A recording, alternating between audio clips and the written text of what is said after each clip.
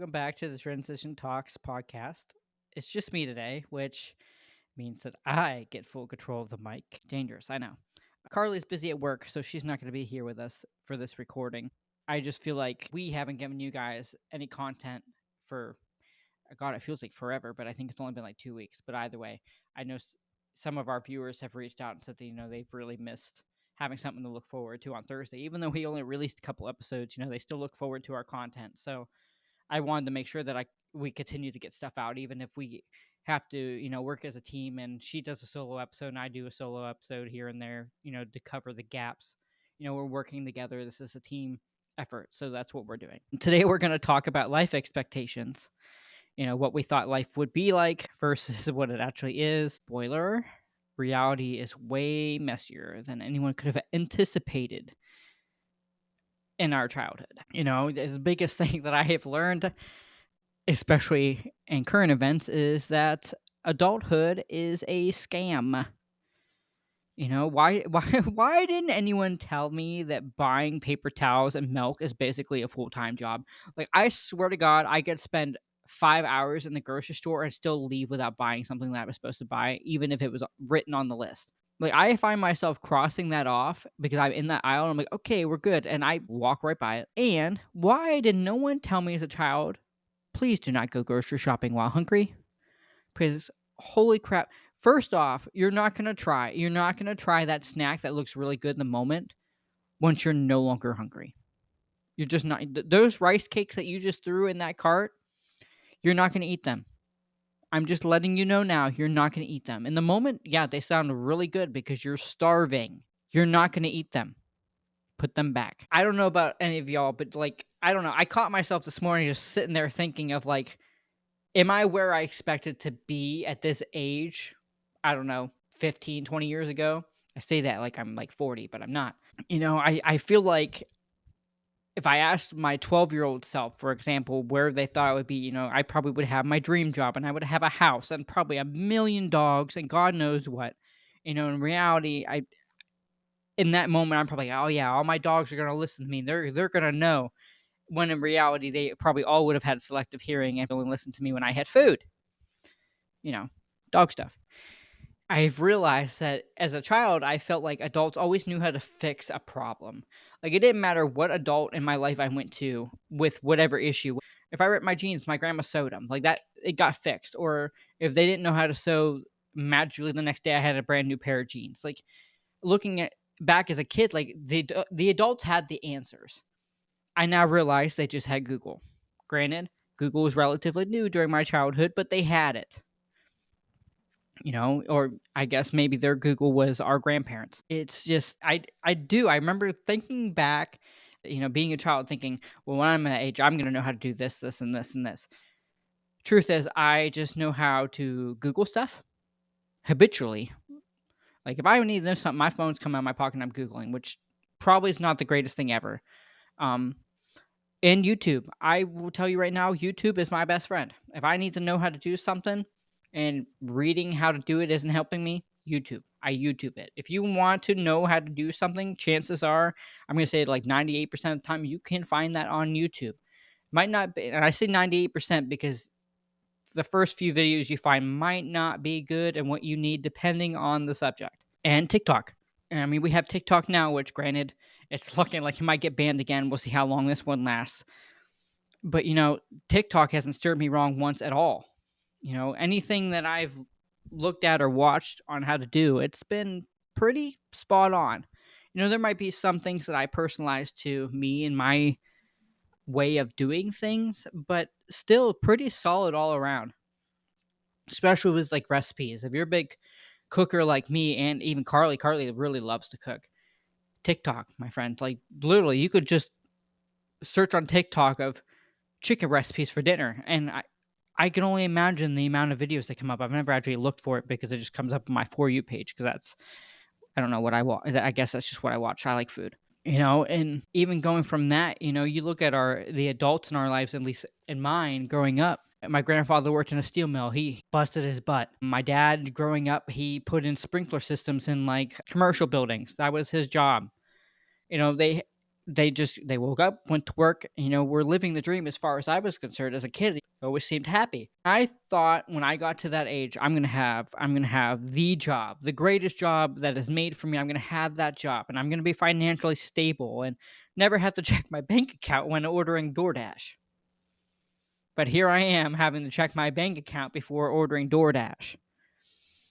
I'm working in retail and I'm working in warehouses, and God forbid you have to have a job interview. Like, let's talk about how bad of a chore that is. I always thought, you watch in movies of how straightforward and easy it is. If they go in and they talk about themselves for 10 minutes and they get the job. That's not how it works anymore. Like, it's so crazy to me how much of a chore just interviewing is alone. Like, you got to research the company you're hiring for. You got to really research even yourself of like, okay, what are my actual skills? What can I actually do? And then go in there and sell yourself, which is crazy to me because thinking back as a kid, I always felt like the employer had to sell the job to you of like, this is why you should work for me. But that's not how it is. It's crazy. And you always just thought, okay, that you wake up in the morning, you go to work, you come home and you do what you want to do. You're an adult, you can do whatever you want. But in reality, adulting is just balancing what bills are due first and hoping that you don't accidentally buy a $7 coffee before payday. Like that is adulting, truthfully. Making sure you have enough money for gas to get to work. And then hope and pray to God that you have enough time after work to do something that you actually enjoy before you have to go to bed. That's adulting. There's so many things like different within the adult world compared to when I was a child, looking through that lens at adults. Another thing that I think is really weird as an adult is, why is it when you're shy as an adult, you're considered rude, but when you're shy as a child, it's cute? I'm sorry, I still have the same amount of social anxiety, if not more, as I did when I was 12 years old. Okay, I am old enough now to understand that most people do not give a shit about me or anyone else other than themselves, because that's just what society has molded us to be. At least that's what it feels like most of the time. Like, I am so worried about being an inconvenience to the cashier ringing out my groceries that I will sort them on the belt and then double check it in my mind like 8 times just to make sure, like, oh my God, I hope I didn't put a TV dinner with the cereal. Which, granted, I feel like now, being someone that worked in retail, you should be doing that anyway. Just like when you leave a restaurant, you should pile up the dishes and the trash and everything nice and neat, so it's really easy for your servers or bussers to carry your stuff. But in reality, it doesn't matter anyway, because regardless, that person still has to do that job. Yes, did you make their job 1,000 times easier? Of course you did. But if you're not someone that's worked in that trade, you might not even understand that. I don't know. I feel like I'm backtracking a little bit, so I'm sorry. It's just little things like that that I never thought about as a kid of, you know, going out of my way to make someone else's job easier because I could. Not because I should, but because I could. I'm not saying that everyone has to pile up their dishes or that you need to sort your groceries as you put them on the belt. If you can, do it. I mean, you might honestly make somebody's day, and it does get noticed. Speaking of someone that rang up customers, I began to learn who the regulars were that I liked dealing with versus the ones that I didn't like dealing with and didn't want to come in my lane. And a lot of the times it was just your attitude. It had nothing to do with how you put things on the belt, what order you had them in, how you paid or anything. It was, did you talk to me? Did you acknowledge that I too am a human being that, am just working to live? Or did you look at me over your nose? It's a lot different walking through life when you actually take other people's perspectives into account. You never know what someone else is dealing with. And I think as a kid, I was very naive to that adults struggled, because you just think of adults of never having problems because they're adults and they have the answers. In reality, that's just not the case. As a kid, you think of someone going to their 9 to 5 job. They're going and they're working, but like, I feel like we saw our childhood TV shows when we thought, oh, well, they're hanging out with Roger and this and that, and they're having fun at work. Stuff's getting done. You sit around and they talk and they get paid for it. But, that's not at all the case. Most of the time, people are they're busting their butts for that money. And a lot of times it's not enough money for the amount of work that they're putting into. That's a harsh reality of being an adult, I guess, and having to have a job. Just like I thought that I would have life all figured out looking back as a child, I really thought I had my transition all figured out, and I didn't. And I'm sure there's other young trans individuals like me or anyone that's pursuing HRT that thought going into this they had it all figured out. And well, you don't, because every transition is different. You know, you watch all these influencers and everything else and TV shows and documentaries, and every single story you hear is different. Every single one of them. Not a single one is the same. There might be similarities, but it's different. You know, look at going in the mind, I thought for sure, like, I'm going to start hormones right away. And then within the first year or two, I'm going to have top surgery. And then after that, you know, I'm going to have whatever done, which I never really even sat down and thought about every surgery I wanted to do. But I remember thinking, well, once I start hormones, my voice will drop. And then maybe I'll get lucky and be able to grow better facial hair than my father, which, spoiler, I can't. It only grows on one side of my face. Thanks, Dad. And I thought my insecurities are really going to go away once I get top surgery, which granted, I haven't had top surgery, but it's been very surprising to me that after starting hormones, my chest isn't my biggest insecurity.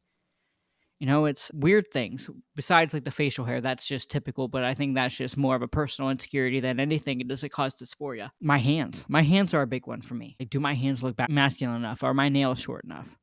Is someone going to out me based off of the way that I carry myself? Do I swing my arms too much when I walk? Do my hips move too much when I walk? Am I standing too femininely? Like, do I look like I actually have the parts of my pants that I portray that I have?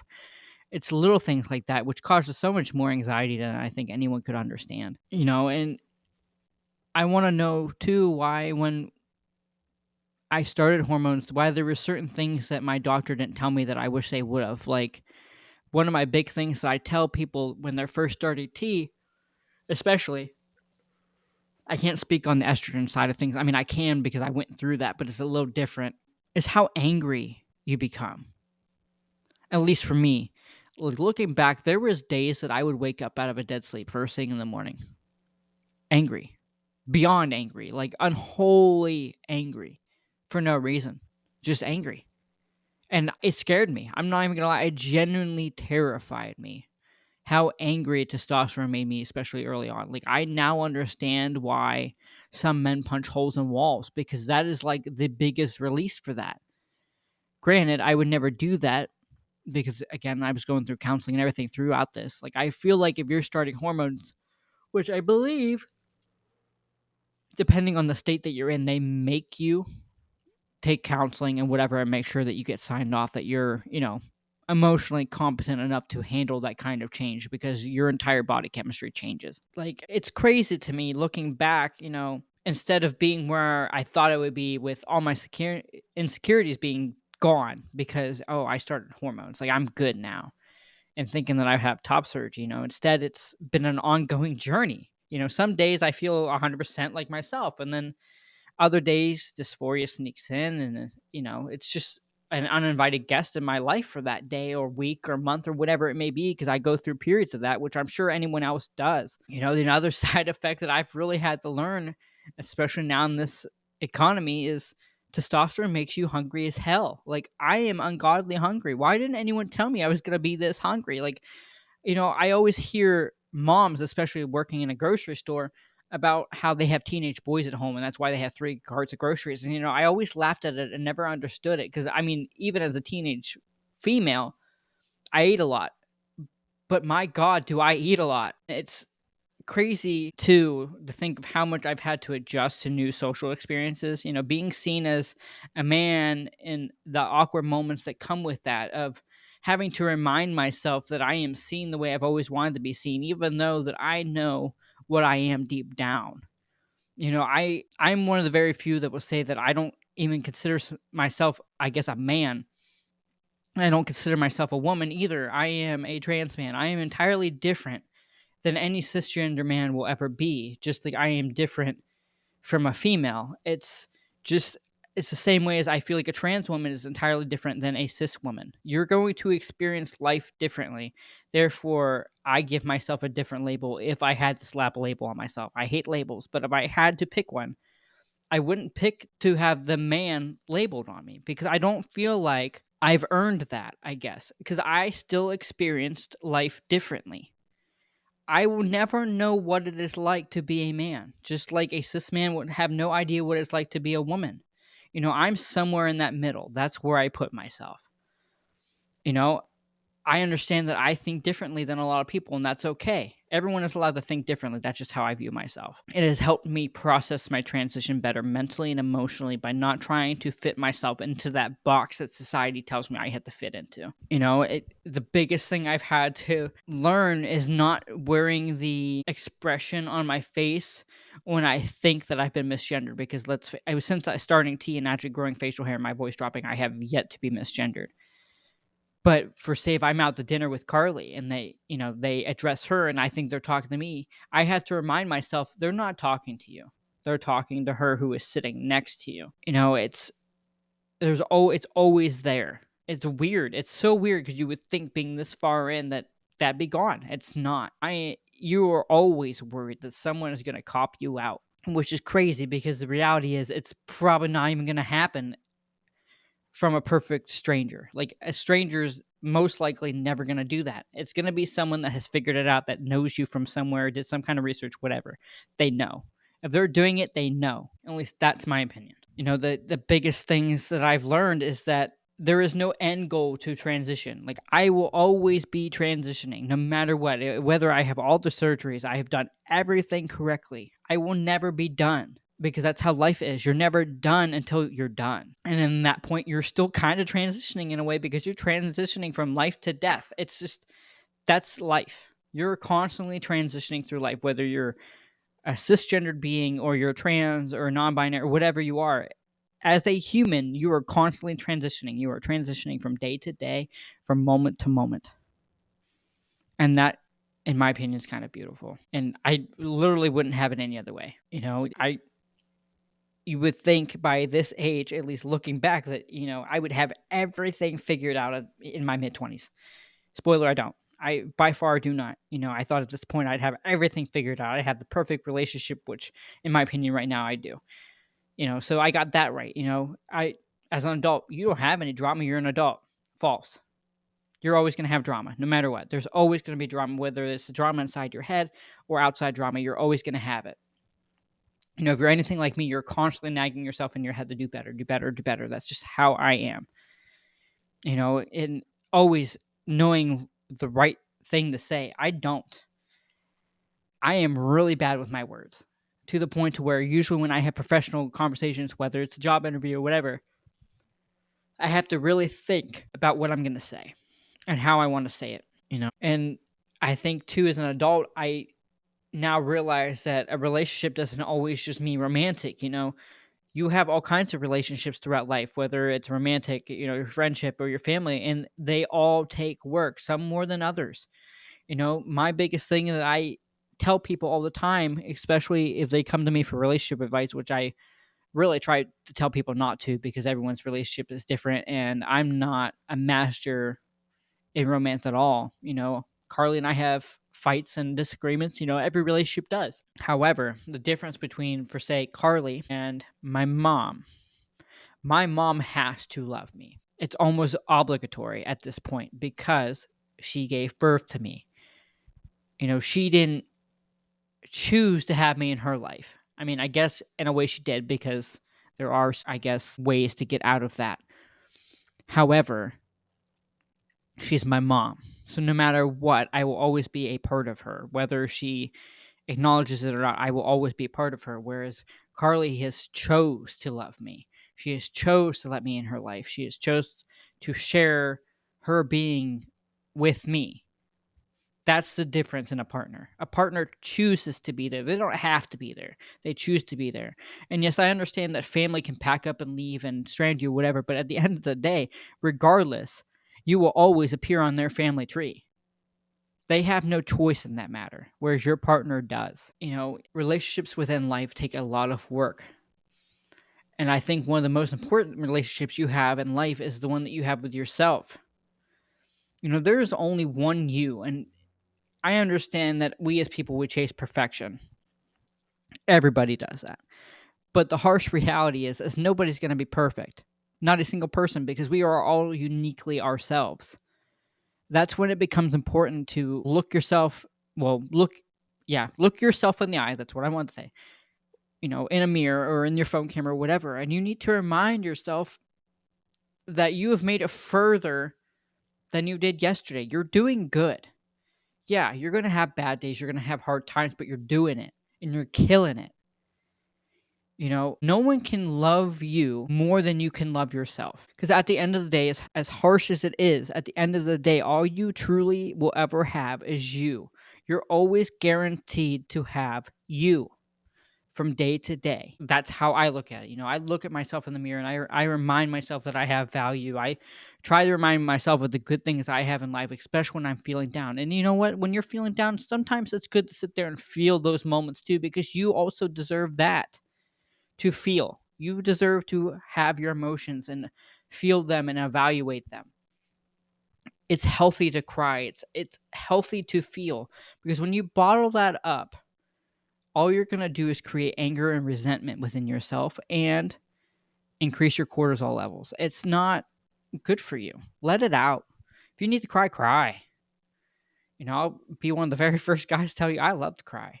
I don't do it often, but when I do, I feel better.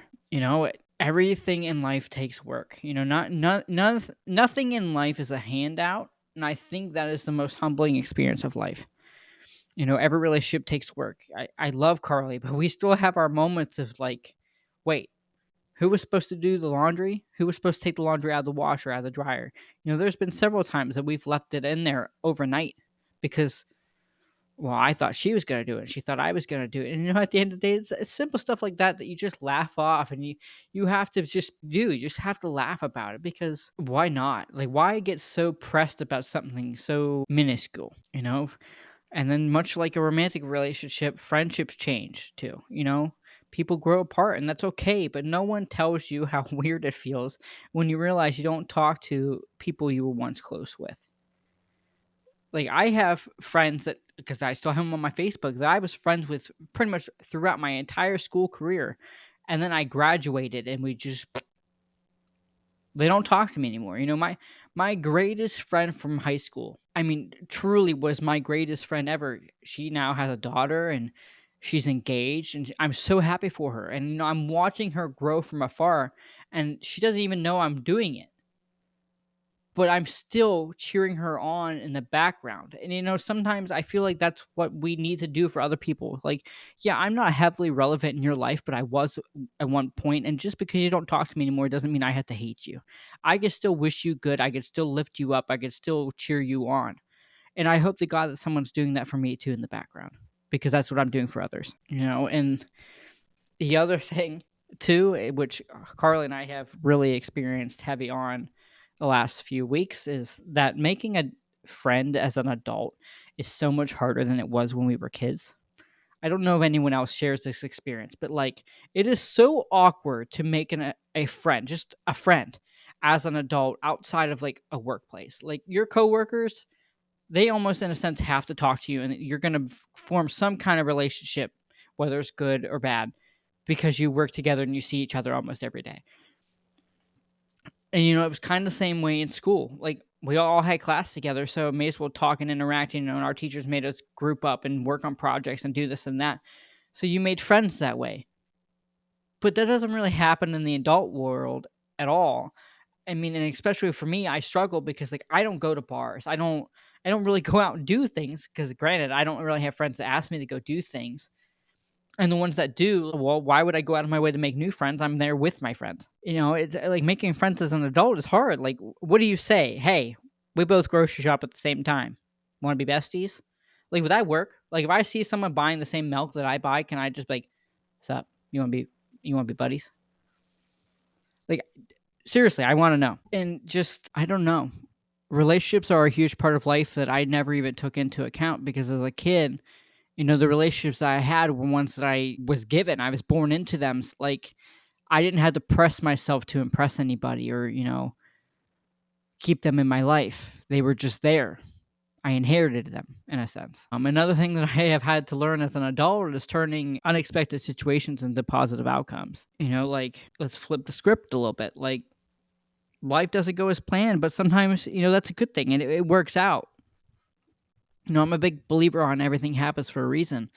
There's so many minor inconveniences that I look back now and I say they're minor, but in those moments they are major for me.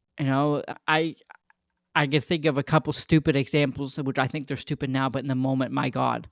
I had one, I keep fish tanks, which I don't think I've talked about that on the podcast, but I have several aquariums, ranging from 75 gallons down. And there was a day that I came home from work early because I don't know, I think it was just being anxious and wasn't feeling well that day. And we were a little overstaffed anyway, so they were sending people home, so I elected to go home. And well, 10 minutes into going home, I hear this loud pop, followed by water. And of course, in that moment, I'm like, oh my God, a pipe burst. Because it was wintertime. I'm like, oh my God, a pipe burst. And I go out in the living room, and well, my living room is being flooded with about 50 gallons of water because the steel on my fish tank popped. And if that hadn't happened, I would have never learned how to reseal a fish tank for myself. I would have never learned that when you buy a used one off Facebook Marketplace or whatever, you should reseal it. Even if they say that they resealed it, you should reseal it because then it's done right and you can write down the exact date it was done.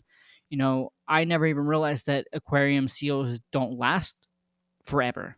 You have to do them every so many years. So thanks to that, I now know that. So I learned a skill from that. And in that moment, was it frustrating and debilitating? Yes, because I was like, holy crap, like all my fish are going to die. I'm flooding my living room. My floor is ruined. I had to throw this tank away. But in reality, I didn't have to throw my tank away. It was fixable. And it was quite an easy fix. Did I have to go and buy a new fish tank? Yeah. But in reality, now I have one more tank to fill with fish that I enjoy and partake in a hobby that I really enjoy. So in reality, it wasn't that bad. It was all fixable. Thankfully I was home when it happened. So, I was able to get my buckets underneath the tank where the water was leaking, and I was able to preserve my floor, and I was able to get the fish out in time. So none of them died. I didn't have a single casualty from that. It's little things like that. And if there's some people that's going to sound so stupid. And now looking back, I agree. It was so stupid for me to get so flustered over something so little. But in that moment, I was like, are you kidding me? Like, this is happening right now. And, with that, I got personal growth of trying to improve myself by learning another skill. And I look back, like another example is I had a car accident in 2021 that should have killed me. And I had to go through physical therapy and kind of learn how to walk again and little things. And, if that hadn't happened, I wouldn't have ended up with my dog that I have now. He is also a service dog for me. So like, if that wouldn't have happened, I wouldn't have ended up with him because I had no intention on getting another dog after my last one died. I got my current dog literally a month after my car accident, and he got me out of the worst depression I've ever had in my life. So it's little things like, would I go back in time and not have that car accident? Of course. But at the same time, then I wouldn't have my dog. I'm very thankful for him. And the other thing is I probably wouldn't be where I'm at right now with Carly. I wouldn't be starting this podcast, and I wouldn't be trying to build a community with all of you. Over the last few years, especially, I've had a lot of personal growth from, learning patience and anger management and a lot of evaluation when it comes to other people. Like, I've learned so much. Another thing is I used to be so scared to talk about my transition openly, and now here I am recording a whole podcast about it with the person I love. That is so amazing to me. Every setback I've had has led me to something unexpected but meaningful. So if you're feeling stuck, you just kind of have to sit back and remember, life is weird. It's unpredictable. It's a mess sometimes. And the best things come out from the moments we didn't plan for. You just may not see it yet, And I think looking back at everything, which I feel like I've rambled a lot, life expectations are hilarious because they never turn out how we think they're going to anyway. And that's okay because the unexpected moments, they're what makes life real. It's crazy. It's so crazy. Like, I think if any of you just sit there and think about where you are now and where you were 2 years ago, I think you would be quite impressed where you are. Even if it's just as a matter of you made it another day. I struggled a lot with mental health when I was young, and I didn't even see myself making it past 18, let alone to my mid 20s. I'm proud of myself. I'm proud of how far I've come, and I'm really glad I stuck around because I have so many blessings in my life right now that I wouldn't trade for the world. And one of them is being you guys that come and listen every Thursday, and you follow our TikToks, and you interact, and you share our love and positivity that we spread. Like, I am so appreciative for all of you and everything that life has brought me. And with that being said, I really want to hear more from you guys. It could be reflecting this episode. What's an expectation you had about life that turned out completely different? DM us. We have our DMs on TikTok. We have our email in the TikTok bio, all that. Like, reach out or even just leave a comment on a video and we'll talk about it. Like, we want to hear from you guys because without you, we're nothing. And if you like this episode, you got to make sure you follow us. Share it with someone who needs a little reminder that life's surprises aren't always bad, and especially in these times, we need to lift each other up regardless if someone may think differently than us or view things differently than us. At the end of the day, we are all human and we all deserve love and self-expression. And you know what? I'll listen. Even when someone is speaking, I guess, out of hate or just being naive, I listen. Yeah, I may not agree with you, but I'm going to listen to you because you deserve that much respect for me to listen to you, just as I deserve the same in return. And at that point, if you don't get that, then that person's not worth having in your life. They're toxic, and it's just a waste of energy at that point. I personally am very big on not having one way handshakes, I guess, so to speak. Life is too short to tiptoe around others that don't want to tiptoe around you, I guess, in which I strive to never be a person that someone has to tiptoe around. That is my biggest life goal. I want to help people. I want to spread love, and I want to, us trans people especially, we're not an active revolution. We're not coming for your sports. We're not following you in restrooms to hurt you. We're not doing those things that the media is saying that we're doing. We just want to go use the restroom just like you do.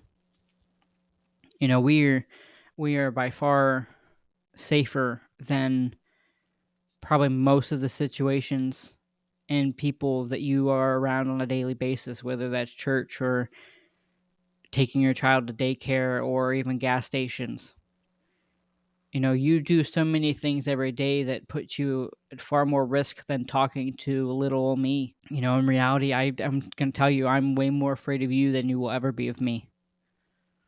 Because if you were to figure out what I am and not like it, I worry about your reaction to that. And I hope that maybe this will give someone some insight on what that feels like.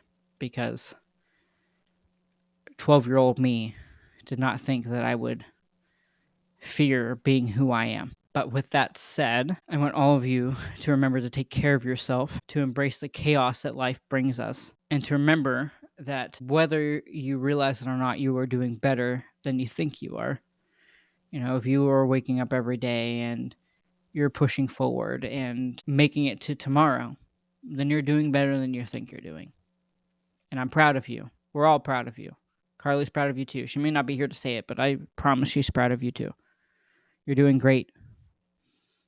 Remember, every transition is different, whether that is a transition like mine, where you're transitioning your gender or whatever, or if you're just transitioning into a new moment of your life, whether that's buying a new house, getting a new job, having a family, whatever. We are all transitioning in different ways, and every single one is different. Continue to be uniquely you, and I will speak to you guys again next week.